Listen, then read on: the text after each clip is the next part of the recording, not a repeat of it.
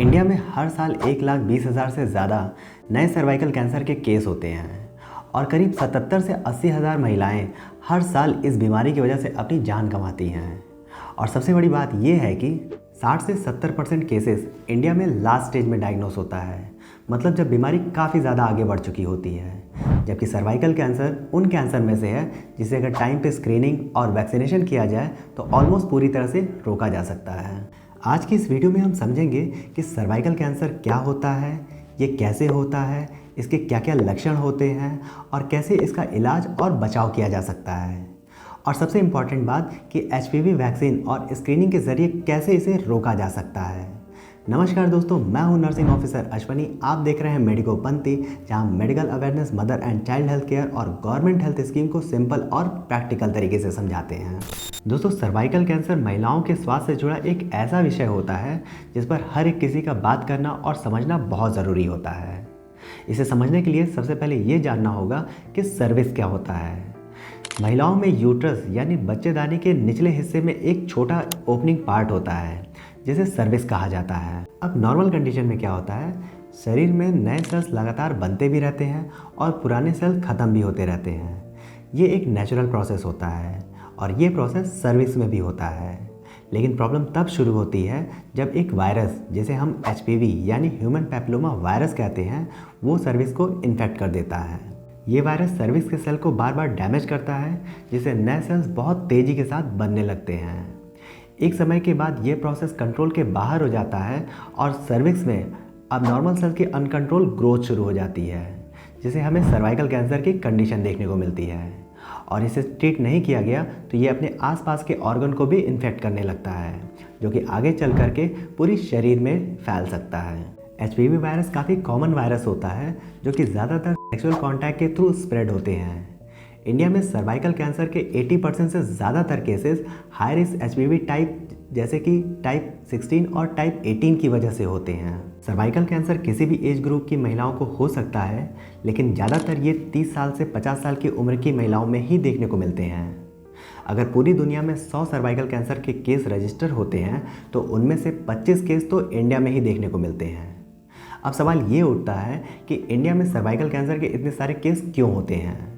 तो इसके पीछे कुछ इंपॉर्टेंट रीज़न होता है, जिसमें सबसे पहला रीज़न है लैक ऑफ अवेयरनेस, यानी बहुत सारे लोगों को सर्वाइकल कैंसर के बारे में सही और पूरी जानकारी नहीं हो पाती है। दूसरा जो रीज़न है वो है लैक ऑफ स्क्रीनिंग फैसिलिटी। आज भी हमारे रूरल एरिया में ऐसे बहुत सारे हेल्थ सेंटर्स हैं जहाँ पे सर्वाइकल कैंसर स्क्रीनिंग की प्रॉपर फैसिलिटी अवेलेबल ही नहीं है, जिनके कारण बहुत सारे केस रजिस्टर ही नहीं हो पाते हैं और अनडायग्नोस रह जाते हैं। और तीसरा रीज़न जो है वो है सिम्टम इग्नोरेंस। अक्सर महिलाएं अपनी प्रॉब्लम के बारे में खुल करके बात नहीं कर पाती हैं। मैंने कई बार अपने सरकारी हॉस्पिटल में देखा है कि महिलाएं अपनी समस्याओं को डॉक्टर के कान में धीरे से कहती हैं, जिससे ये पता चलता है कि वो अपने प्रॉब्लम के बारे में बात करने में कितना अनकंफर्टेबल फील करती हैं। और इसी वजह से कई बार बीमारी का पता एकदम लास्ट स्टेज में चलता है। अगर सर्वाइकल कैंसर के सिम्टम की बात करें तो अर्ली स्टेज में कोई भी सिम्टम नज़र नहीं आते हैं।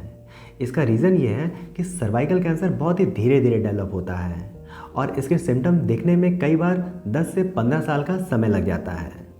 लेकिन जैसे जैसे डिसीज़ बढ़ने लगती है कुछ इंपॉर्टेंट सिम्टम नज़र आते हैं, जैसे कि इंटरकोर्स के बाद ब्लीडिंग होना, यानी फिजिकल रिलेशन के बाद बर्थ कैनाल से ब्लीडिंग हो सकता है। मेनोपॉज के बाद ब्लीडिंग होना। मेनोपॉज का मतलब होता है महिलाओं में पीरियड का परमानेंट बंद हो जाना, जो कि आमतौर पे 40 से 45 साल उम्र के बाद होता है।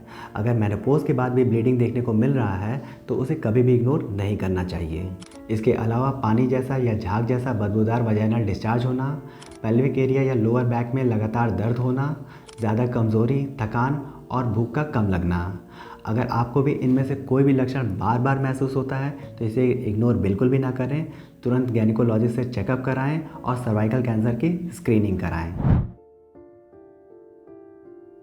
अगर सर्वाइकल कैंसर की स्क्रीनिंग की बात करें तो सबसे इम्पॉर्टेंट और आसान टेस्ट होता है पैप स्मीयर टेस्ट।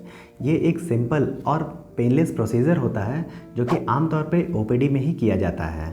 इस प्रोसीजर में डॉक्टर इंस्ट्रूमेंट और स्वाब को बर्थ कैनाल के अंदर इंसर्ट कराते हैं और सर्विक्स से कुछ सेल्स और टिश्यू का सैंपल कलेक्ट कर लेते हैं, जिसे माइक्रोस्कोपिक एग्जामिनेशन के लिए लेबोरेटरी में भेजा जाता है।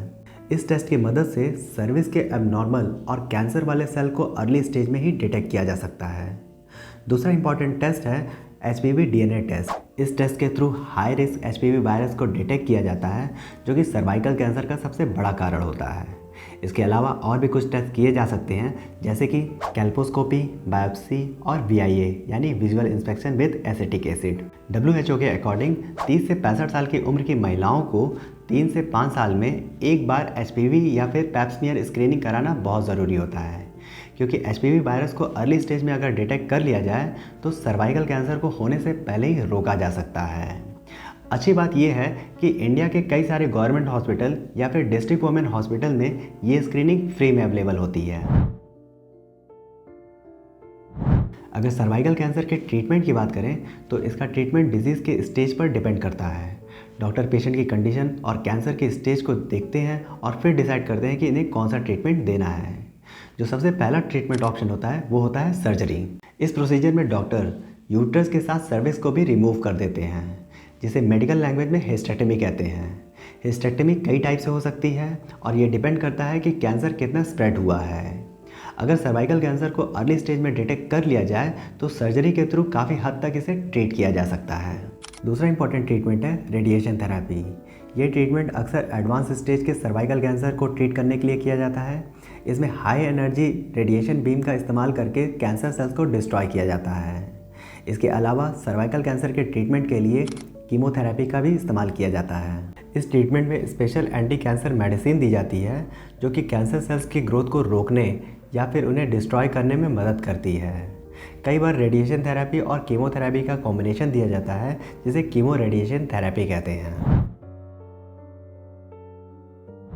सर्वाइकल कैंसर का ट्रीटमेंट तब ज़रूरी होता है जब हम बचाव को नज़रअंदाज कर देते हैं, लेकिन अच्छी बात यह है कि सर्वाइकल कैंसर से बचाव के लिए HPV वैक्सीन मौजूद है। गवर्नमेंट ऑफ इंडिया ने nation wide HPV vaccination campaign शुरू किया है, जिसके अंतर्गत 9 से 14 साल की लड़कियों को फ्री में HPV वैक्सीन लगाई जाएगी। इंडिया में HPV वैक्सीन की कौन सी ब्रांड अवेलेबल है, इसकी डोज कितनी है और कैसे सरकार इसे फ्री में प्रोवाइड कर रही है, इस पर मैंने ऑलरेडी एक डिटेल में वीडियो बना रखी है।